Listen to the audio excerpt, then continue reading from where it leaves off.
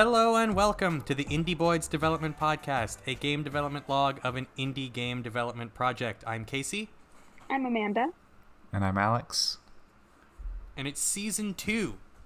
It is. It's a meaningless distinction from Season 1 to Season 2, other than numbers. It means something to me. It means something to you? Okay. I can feel it. I can feel it in my chest somewhere. Are you sure that's not coronavirus? I'm pretty sure. Oh, crap. I said the virus. We're demonetized now.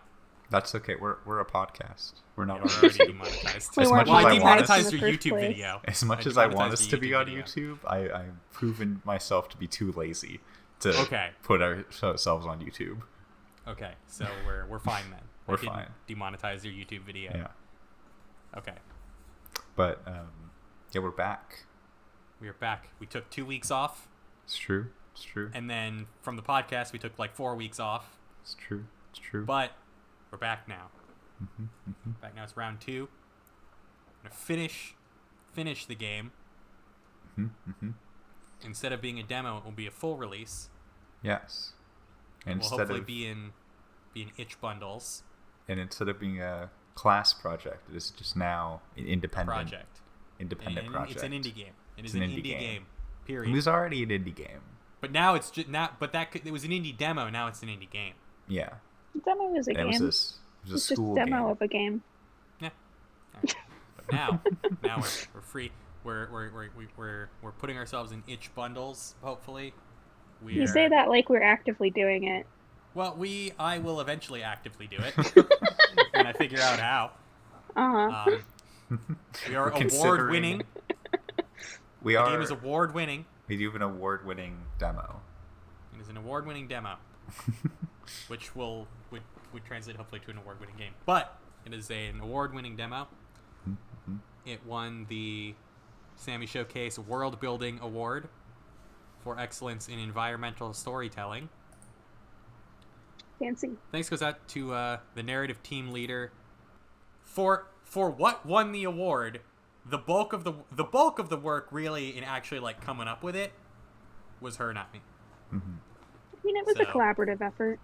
Yeah, she led the collaborative effort that came up with it. I didn't jump on to helping until like week 7 or 8 of the winter. The only person who you could definitively say it was not is me, because I attended none Paula of didn't the attend any either. No, Paula was instrumental in getting parts of the narrative off the ground. She just like brainstormed a bunch of stuff and then was like, I'm handing this off to you. I'm out. She was on the Dream Team Super Idea Shyamalan deal. I forgot about that. She was, but that was as far as she went. She said, "This is where I'm bleep stopping." That out, right, Alex? We can bleep me saying her name so we don't. I mean, we haven't said in the past. people's names before. If you're a long time listener. Well, no. I'm saying, can we bleep that out so that no one knows that I took work away from someone? Just bleep out her name so no one knows who I'm talking about in that instance. What if I just cut it? No, don't cut it. There's a weird jump. Don't cut it. Don't worry about it. Here's the real question anyways. now. Are we going to up our editing level and are we going to start bleeping out foul language? No, because we could also just stop swearing. We're a mature podcast. We could also stop swearing. We barely, I think the most foul language ever in one that I've put the explicit tag on was like 1 or 2 words. And I think a lot of times they may actually have been cut. Because they were part of a rant about something unrelated. Yeah. I mean, I don't think swearing is a important part of our brand. So, no, I don't think so either. If anything, it's counter to our brand. Are we a family-friendly brand? I mean, if you're watching this on YouTube, if that ever happens, we are 3 floating little cute boys. So we are a family-friendly brand. It feels friendly. Feels family-friendly. Yeah. Okay, so we've covered. Well, we haven't really covered what did happen. The showcase covered went, nothing. We have showcase covered went incredibly well. nothing. Let's talk about that. Let's talk about the showcase for a bit. Well, we talked about the showcase already, I think, because the last episode was post-showcase. Was it? I thought it was pre. No, I think it was post. No, it was post. It was post-show. It was like the day after. Remember we talked about games Oh, yes, it was. specifically. Yeah. Right. We talked about basically every game. Yeah. But we haven't talked about the awards. We haven't talked about the month gap. where we between didn't the awards. do anything. I think we only actually took 2 weeks. We took 3 weeks. It depends, I guess, on how you count it, because we took 2, not counting that we didn't really do anything during showcase week. Yeah. But we were still focused on like showcase stuff in that week anyway. Mm-hmm. So we really took 2 weeks off, which is good because I was getting real bored by the end of week 1. I'm like, okay, I'm just sending out all these job apps that I'm probably never going to hear from again. And I'm stuck inside still. It was in that little brief blip of time when California was technically open, but I was like, nope, I'm going to wear a mask and not go outside. And now we're closed again. Right? It was like... Shout out to Gavin Newsom doing the right thing. Name dropping governor, keeping us shut down. Oh my god, you just gave away our state location. We said what campus we were from, didn't we? We're not there anymore. Yeah, but at least at that point, I only shouted out what state I'm in. California is a big state. By calling me out, you outed that you were from California. True. Other point being, California is a very big state. Right? It's pretty big. It takes like 10 hours to drive across the whole state. Yeah. That's bigger than it takes to drive across some countries. And GDP-wise, it's definitely the biggest one. So yeah, it's pretty big. Not, I don't think square footage-wise. I think we're beaten by Alaska. Yeah, Alaska. Possibly by Texas too. Yeah. Well, I think we're the same as. I'm not going to Google it. Me neither. I think Texas is bigger than us. Okay. We're just longer. We're taller. We're just tall. Yeah, we got Texas stretched. Is thicker. Yeah. We got a whole coast. Yeah. Almost. Almost. No, we do. We do have a whole one. Goes all the no, way. I mean, we got a little bit of like, the states above us get a little bit of coast. We have some islands. We don't have the whole thing. And Mexico has some of it. Little islands. Canada has some of it. I was talking about the American West Coast. Okay. The United States West But Coast. not the Alaska No. portion of Alaska it. has its own coast. It's got a very big wraparound coast. This is the part where we remember that anything could be cut by me later. I think we knew that from the start when we talked for, 20, 25, 40 minutes before we even recorded. Good to know that everything like post my Gavin Newsom drop will probably be cut, which is a good thing. I shouldn't have gotten political because apparently it's political. But let's come back around. Should we talk about wait, I'm going to pause for a second. Should we talk about all of the award categories, or do we just want to say that we won the world building one and leave it at that? I was not able to attend the awards live stream, so I wouldn't have anything to say. I don't really know what went down. That means you would get live reactions to hearing what won and what did not win. That's true. I know 5 Stars in the Dark did well. I think they swept like 4 or 5 categories. I think they were. That's well deserved. Was it 3? I remember seeing them at least 4 times. I could be wrong. I think that's a very innovative game. It was pretty difficult to develop in what it during the current climate. Yeah. So I think that was well massive deserved. props to them. They did insane. I have not been able to play it. I haven't been able to play it either. I want to. I downloaded it and it wouldn't run for me. So I think there's something. I think it's something weird in trying to make a Mac build on Unity when you don't have a Mac. Yeah. And it gets weird with like app permissions and stuff, and it's like no. Yeah. So I don't know what I'm gonna do there. Yeah, it's tough. But yeah, the Peer Choice Awards were recently announced as well. I missed that. Yeah, I didn't see the official announcement. I just saw it in the 170 Discord. It was always the award I was least interested in. But if we're talking about awards, we could drop that in there. Yeah, it was Kigelantes, Kangarumble, and Atlas. That's the order? It was in no order, just those were the 3. In no particular order. And Magic Trick. I forgot about Magic Trick. Because Giorgio was the one that posted about it, so he didn't brag about his own game. So Magic Trick also did. We'll put a link to the showcase. Yes, we will. Website. So I think we had a link in it the previous 2 episodes. I will put a link in this one. Yeah, we'll put a link in this one too. Yeah. So just so since we're name dropping these games, yes. you can actually go find them. Magic Trick was the big one that like opened the games I've been playing recently, because I watched. I'm like, man, this reminds me of the skateboarding mini games in the third Spyro game, and then I'm like, ooh, the Spyro remake is out. I'm gonna buy it, and I did. And oh my god, that game. Why were games so good back then? Why was every game on the PlayStation that I played super good? I'm sure it doesn't have anything to do with any other factors. I'm sure that they were abstractly better than all other games. I don't know if I'll say that, but like I was a little nervous that I'd like play them and be like, it was way easier than I remember, or it was like way different than I remember, but it was like some boss fights in that game are still hard. I fought Gulp and lost like 14 lives. But now the crazy thing that I've noticed with the remakes of both Spyro and Crash is that the remakes now physically look the way I remember the originals looking, which is nice. Because then I go back and look at the original and go, well, back then the originals was best you could get. Looked as good as it could. And now it, like, when I think back and try and remember what it looked like, I remember it looking really good, which is what they look like now. My memories of Spyro are very blocky. I mean, it was very blocky. I think I played it on the Xbox. So if it looks better than blocky now, I feel like the Xbox One was bad. I don't know what I played it on. This is my experience with Spyro, yes, is that it was bad. Because I only played the Xbox One. Yeah, Spyro suffered from the same thing that Crash did, is that the original devs left, and every dev that got the IP from then on didn't know what to do with it. And then the originals got remade, and hopefully Crash 4 doesn't suck. But, moving back to what we were actually talking about.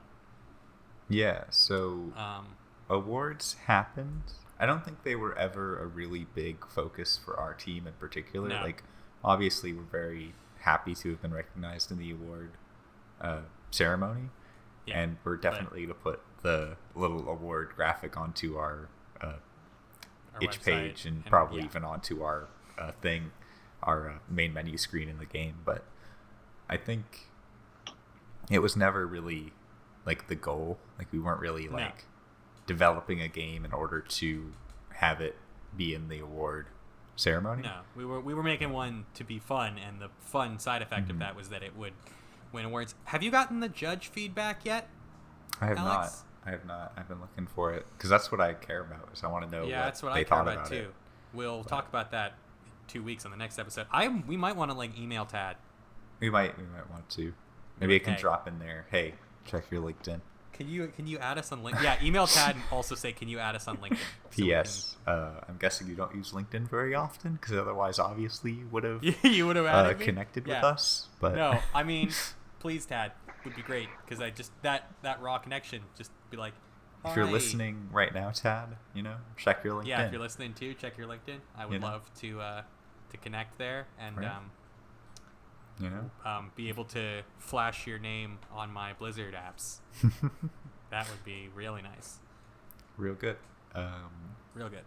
But yeah, no, I definitely want to see that feedback, but I haven't gotten anything about it yet. Yeah, I would like to as well. Because I would like to know, like, because obviously they thought it was good enough to warrant the World Building Award, so I want to know exactly what they thought, what they thought worked the best, so we can do more of it. Because it's really easy to get feedback like, oh, hey, this is good. Yeah, I want to know and then what. And then take that feedback and make your game worse because of it, because you don't know why they thought it was good. I need their whys. I would love there some whys. There are lots of game franchises that it's like, these games were really successful, and then they made a sequel, and the game company didn't know why. And their game was good. They doubled down on the wrong thing. Yeah, they were like, clearly these are the things that people were responding to. It's like, no. So we want to know. We want specifics. We don't just want this is good, this is bad. We need to know what are the actionable things that we can actually move forward. And I think in that too, games. I'm gonna brief tangent on games journalism. Reviews do not do a great job of articulating the best things that you as a developer want to work on to go forward. because the language that game reviewers use is to assist you in purchasing, or to assist the customer in purchasing a new game that they might like, not in helping the dev make a game that's better. Like, you need specifically to get your game played and tested by other devs who have the same language base as you and experiences as you, so that they can tell you what to double down on. Yeah. So don't look at reviews as like this godsend of what, like, look at it to find out what people are responding to, but not, they probably won't tell you why. Yeah, you kind of have to dig one step below the like first impression review type. Yeah. Community. Like the ones that dig in like 2 hours. That being said, if there are any YouTube reviewers trying to make their start, review our game. Or any larger YouTube conglomerates that would like to play a game like this. Any networks? Any networks? I don't Not going to drop the name. I don't want them. I just want the people with like 5 devoted viewers. 5 devoted viewers, yeah. Because that's 5 devoted viewers, 5 gameplays. Exactly.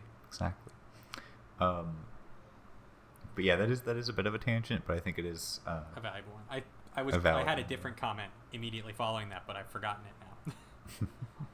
So I think from that, let's move on to what's the current game plan. We've been back doing stuff, or at least meeting again and lining stuff up for about 2 weeks now.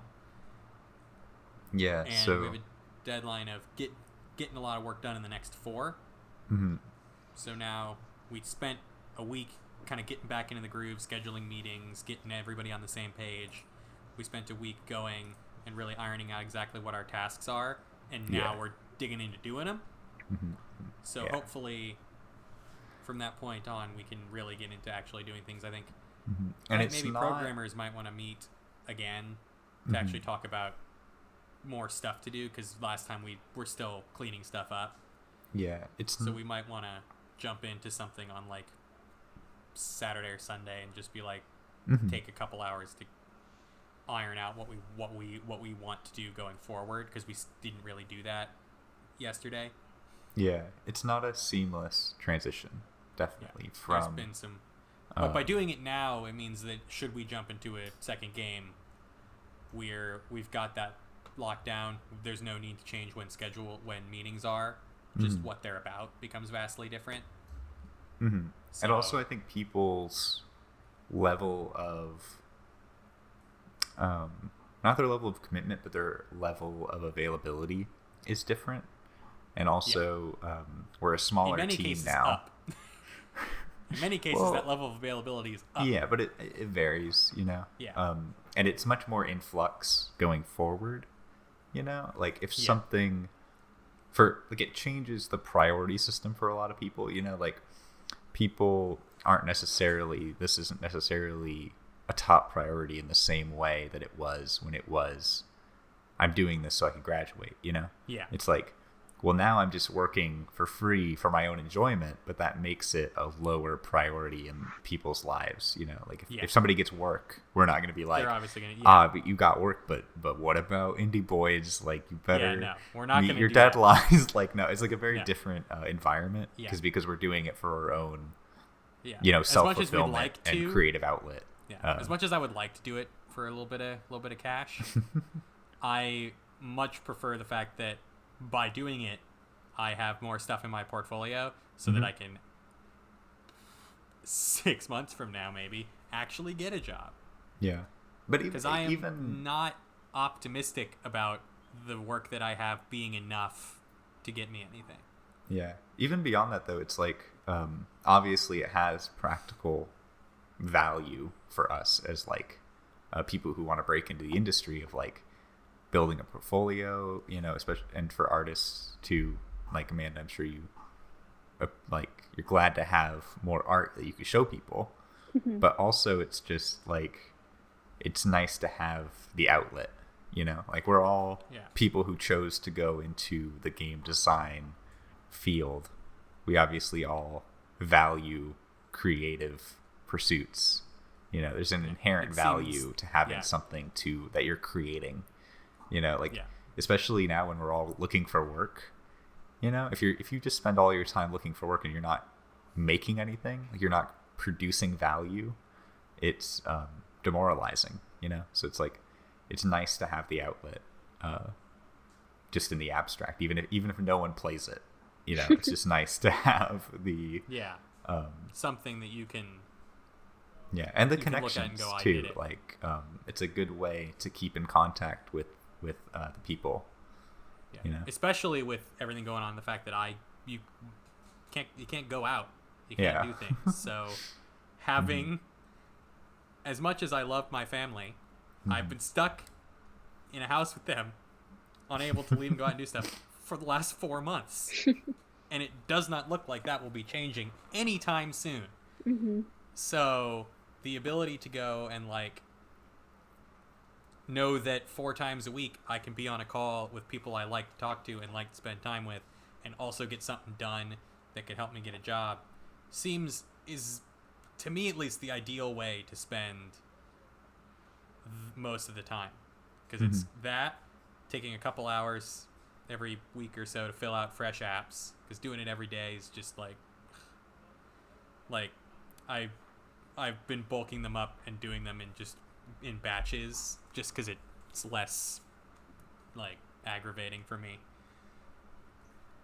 Just kind of because nothing's going to change doing it on a Tuesday versus doing it on a Saturday, as long as you look at like the deadline. So I just gather up all ones and then mass do them. Get irons in the fire, but it's a more engaging way to spend time than just playing a bunch of video games because I can't go outside. Yeah, honestly, like it's interesting the way you can imagine yourself behaving if you didn't have any responsibilities compared to how you actually behave. Like, I feel like I've been more productive since losing my inherent responsibilities, you know? Because it's just like, it feels worse in a way to do nothing. I've been working out more. Yeah, there's that. Specifically because at this point now, you're doing it for yourself. Yeah. And arguably, all the work we did to get the degree was doing it for ourselves, but there was an overarching sense of authority that you were doing it for someone.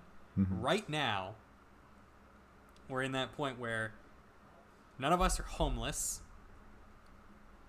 so we have we're in the privileged position to be able to go and make and create these things for ourselves. And I think being able to acknowledge that it's incredibly lucky for us to be able to do that right now, and not like, and maybe the high stress for us is getting a job, not will I have enough money to pay rent?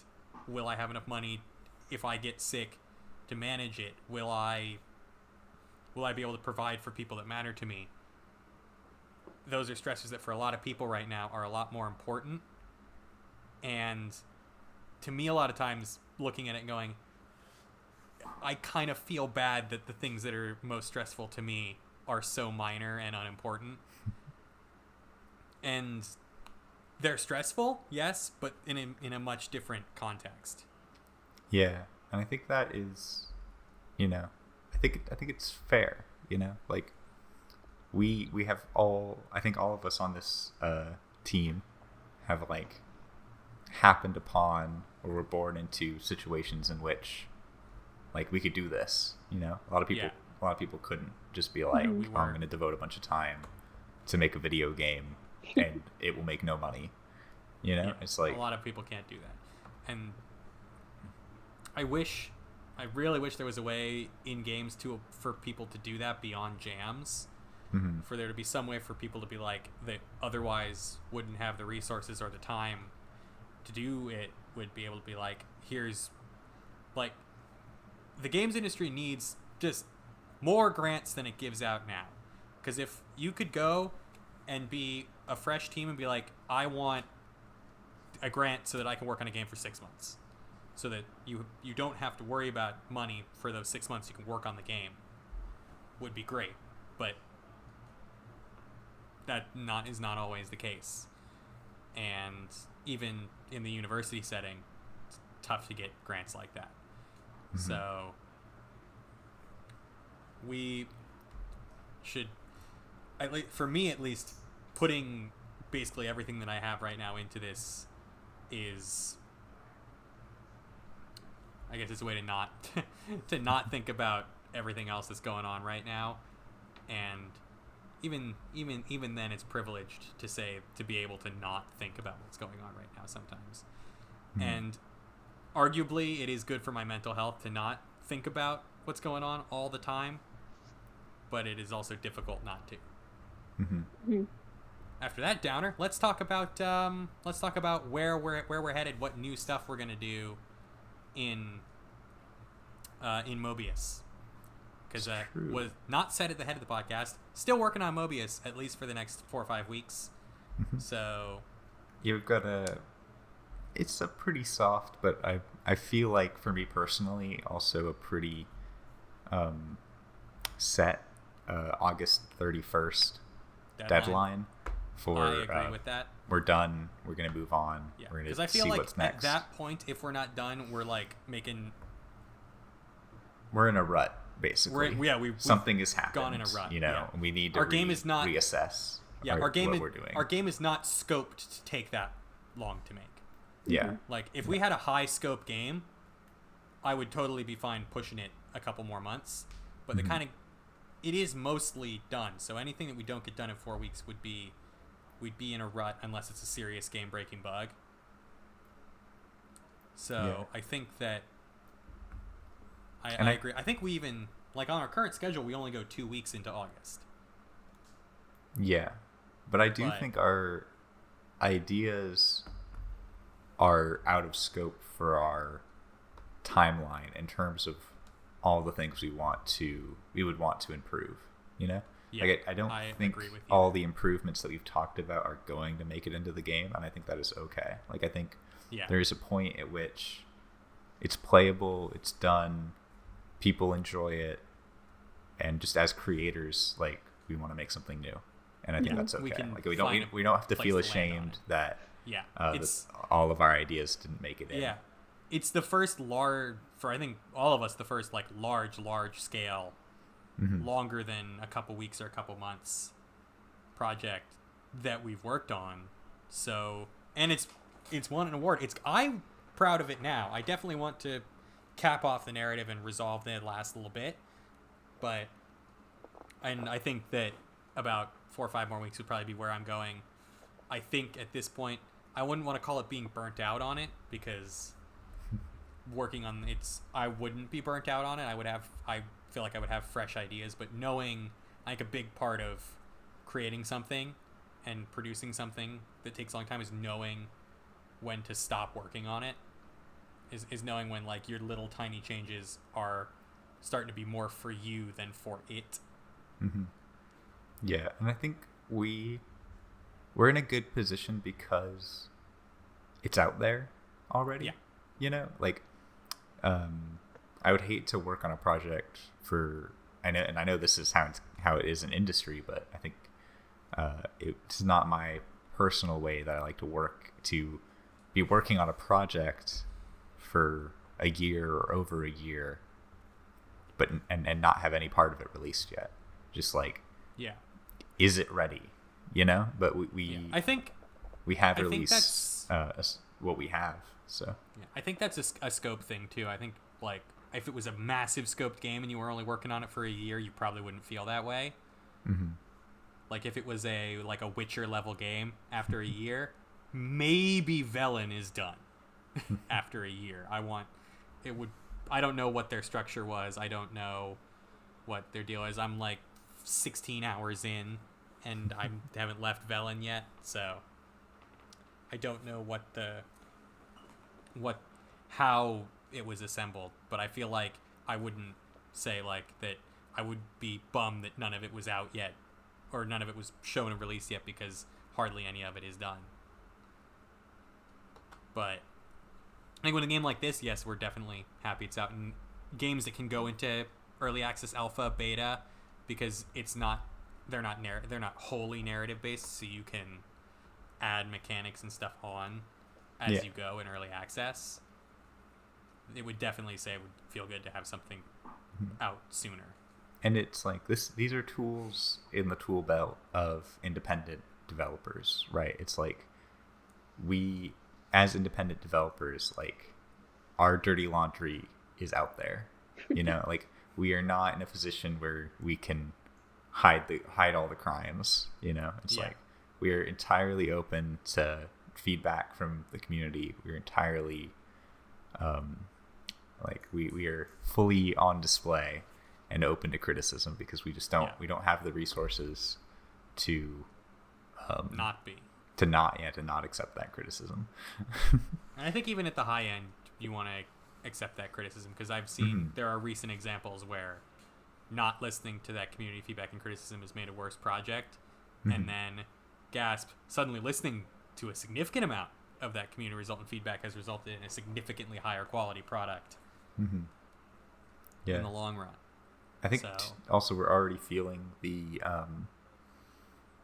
loss of our support network at the university, like the QA team, and just the openness of the that feedback there. Yeah, of the feedback, like getting that weekly check-in was very important to how we worked, and so it's going to be difficult.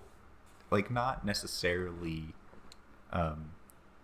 terrible, but it's going to be a difficult transition to not have that structure of constant feedback.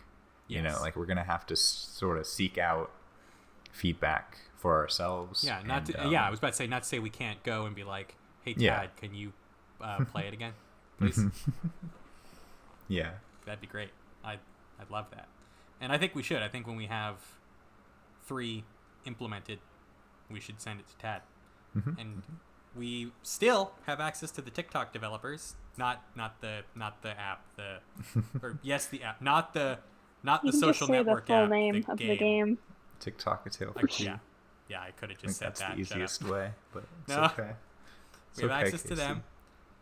They've already expressed interest in playing what we have, so I'm also happy to chuck $15 at a Google ad campaign, like, you know, just get some randos in there. Let us know what you think. Maybe you're a rando from the Google ad campaign. You found your way to this podcast. I've personally addressed a lot of hypothetical listeners in this episode. So if you're a hypothetical listener in a category I didn't mention, I also acknowledge you. You're out there too.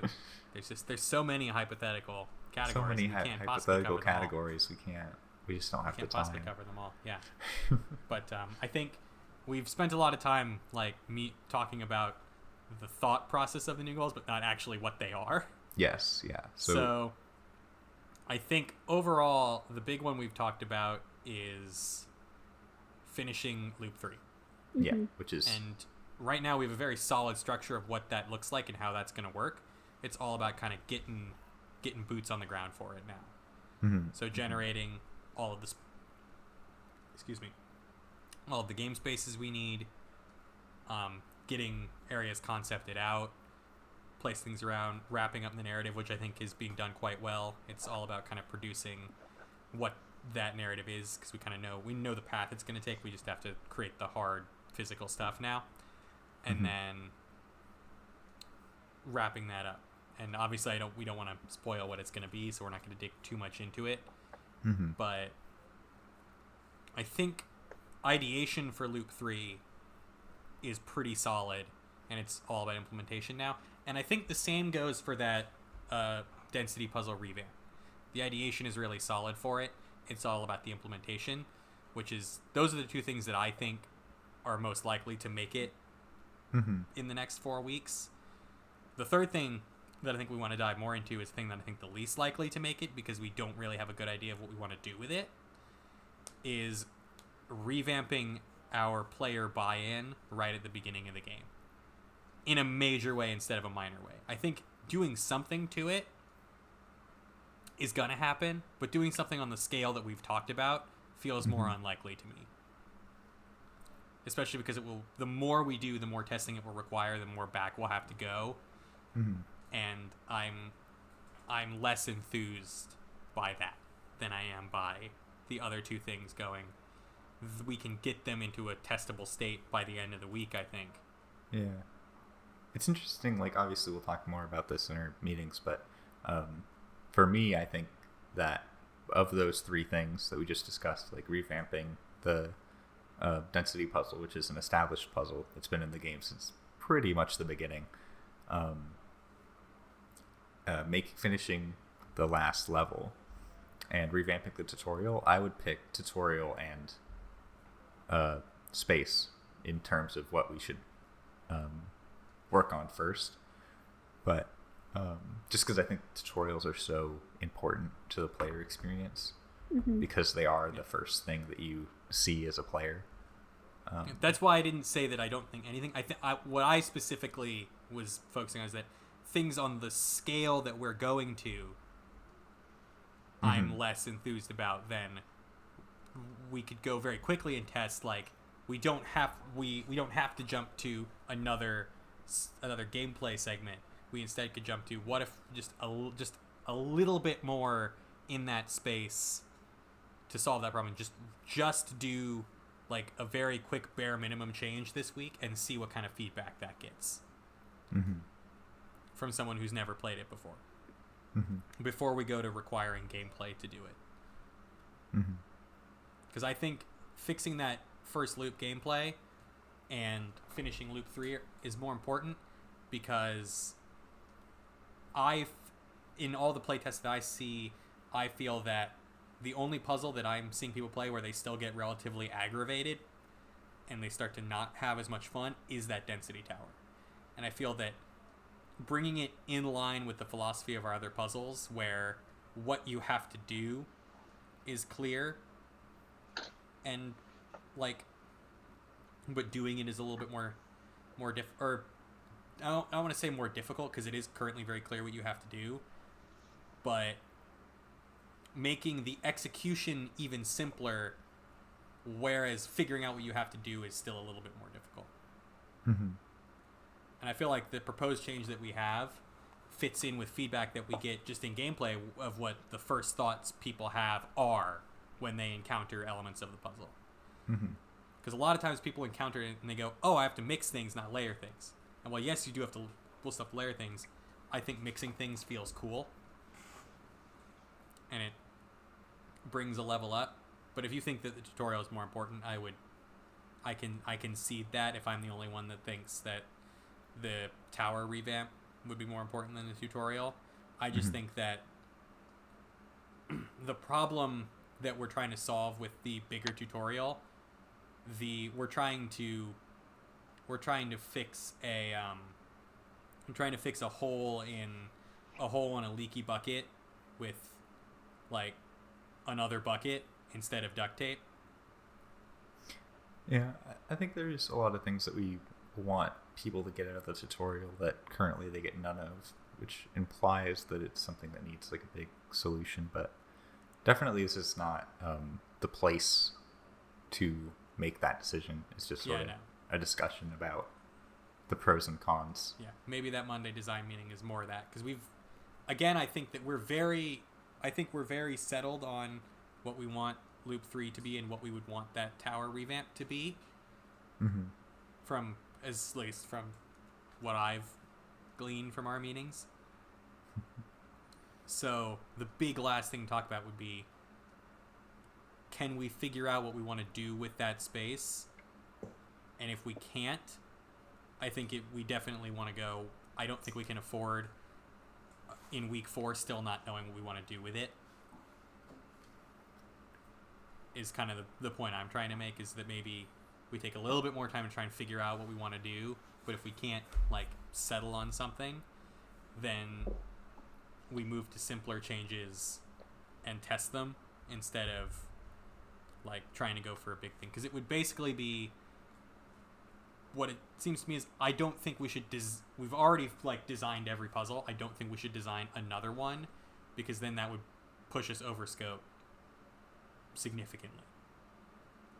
As opposed to, I don't view the revamp as designing another puzzle, because we've basically done the difficult work for it already.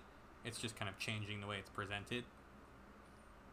I think we have some very, very simple proposals for the tutorial that have been rejected across various channels, and I think that if we were to implement a tutorial that doesn't currently exist, we're not looking to design a new puzzle, we're looking to design a tutorial.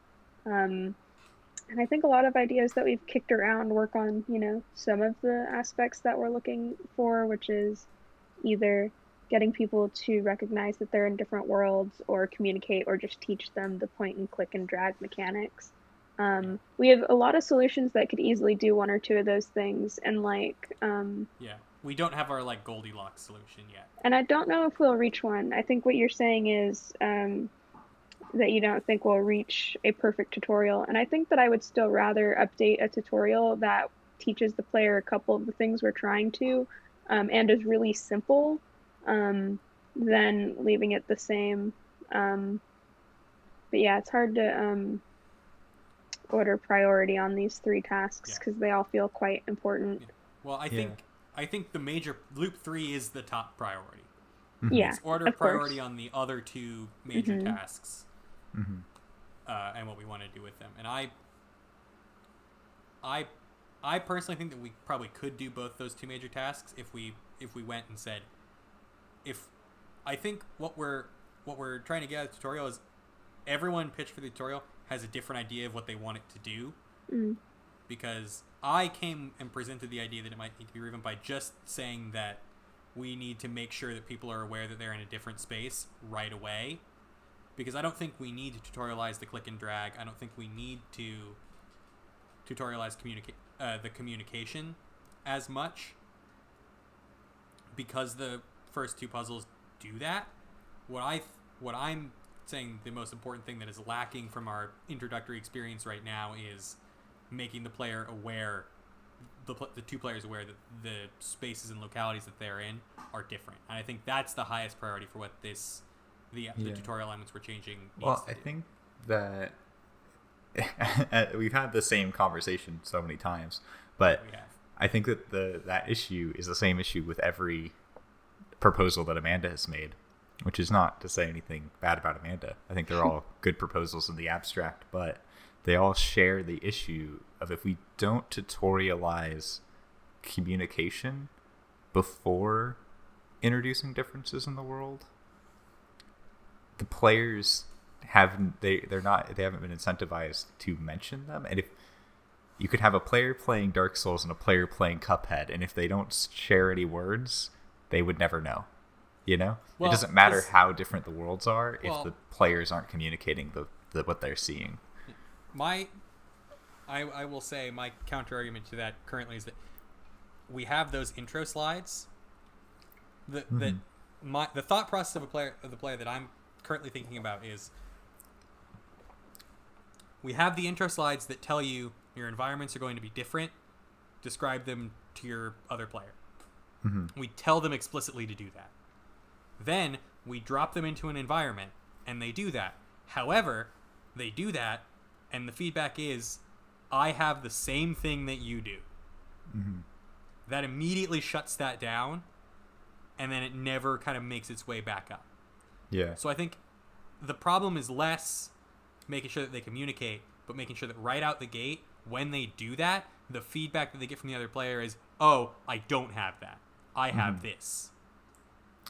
I think that's very fair. I don't know if our hit rate is 100% on... I know I've seen what you're saying happen in playtests, right? Where they describe the identical rooms to each other before and then they proceeding. Kind of stop after that. Yeah, but I've also seen in playtests where they never start. They don't share a word until they get to the vending machine. I don't. But another counter I'll give to that is that I don't think that anything that we do would cause them to start communicating earlier, besides just there being a gameplay lock to it. Because it basically would just be they wouldn't communicate until they had to, changing when they have to doesn't mean that they'll buy more into the communicating. They'll just only do it when they have to. I think the issue that me and our puzzle lead are trying to get at, that we're seeing, is we don't force the players to communicate with a gameplay lock before we introduce the player mobility, right? We sort of throw them into an open world where there's too many things to talk about, you know?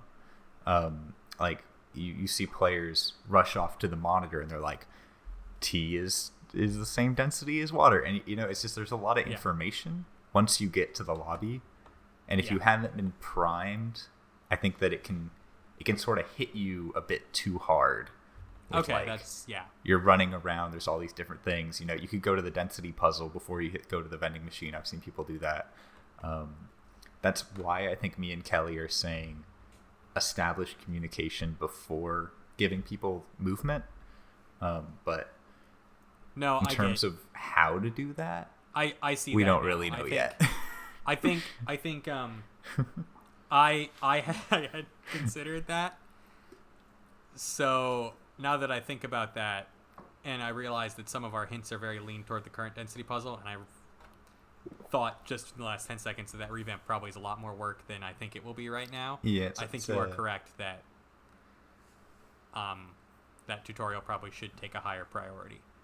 I just don't know if I agree that there should be a gameplay lock yet.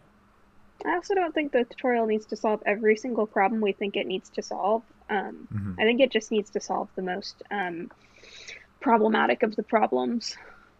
Yeah, so I don't think we're ever going to find the perfect tutorial that does everything we want it to. I think we just need a better tutorial than we currently have, because we currently have no tutorial.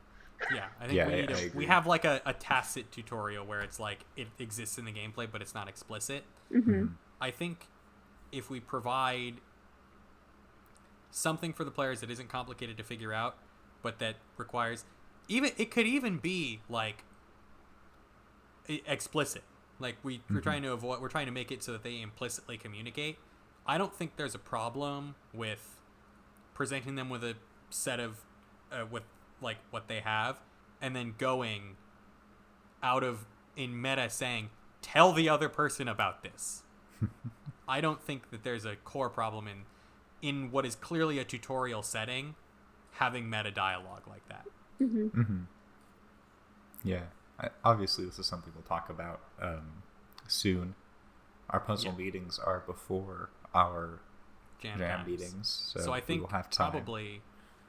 I think probably our ideal goal would be on Monday we really figure out something we want to we take all of our Monday time and figure out exactly what we want to implement for a puzzle like this or for a tutorial like this, and then take jam time to do it and then test it before the end of next week. Yeah, because whatever it is, it will not be technically difficult to implement. You know, just get it tested really fast. And then I think also, I'm going to say this now, I would like to talk to you and Paula at some point this weekend about kind of getting loop 3 on the implementation side too, spreading that work out and figuring things out. I think I want to try at least a little bit to make some headway on the iPad front.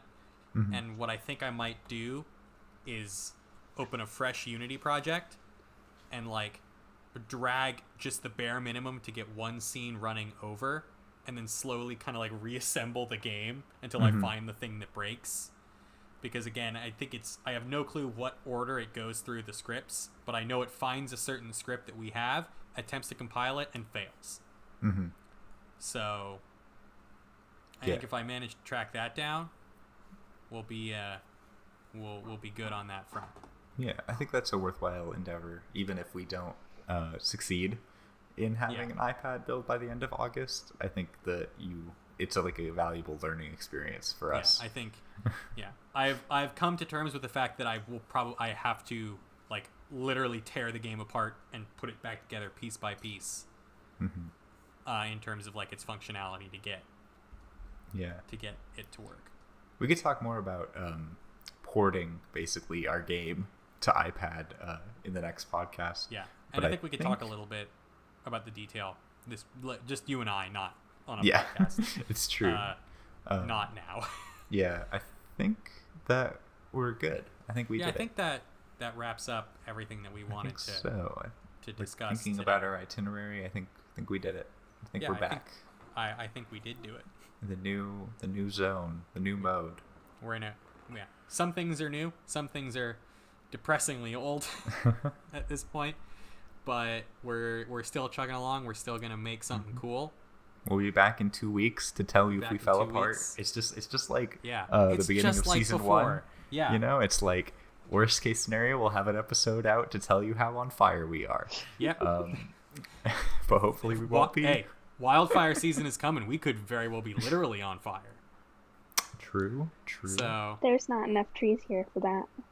Yeah. Oh yeah. Also true. Desert, literally on living fire. in the desert has its perks. Sand can get us, but fire has trouble. All right. That's all right. If you're on fire, Casey, you will have. I'll still be here in 2 weeks if I'm on fire. It just may be I'm calling in. I've still got my microphone, except it's arm attached to my leg, and I'm sitting on my laptop. You'll need one of those journalist go kits. Yeah, in a wildfire shelter somewhere. I think they're like wildfire shelters are like in hotels now because they have to keep people distanced. Mm-hmm. But we had a big power outage and everyone had to go to the mall, but then we had to reopen the mall in order for that to happen. It was like a big deal. It was like everyone stay 6 feet apart in the mall.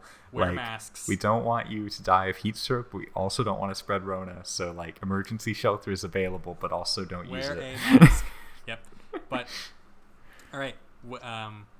I think that's going to be it for today. This has been the Indieboids Development Podcast. I'm Casey. I'm Amanda. And I'm Alex. And thank you very much for listening. Wear a mask.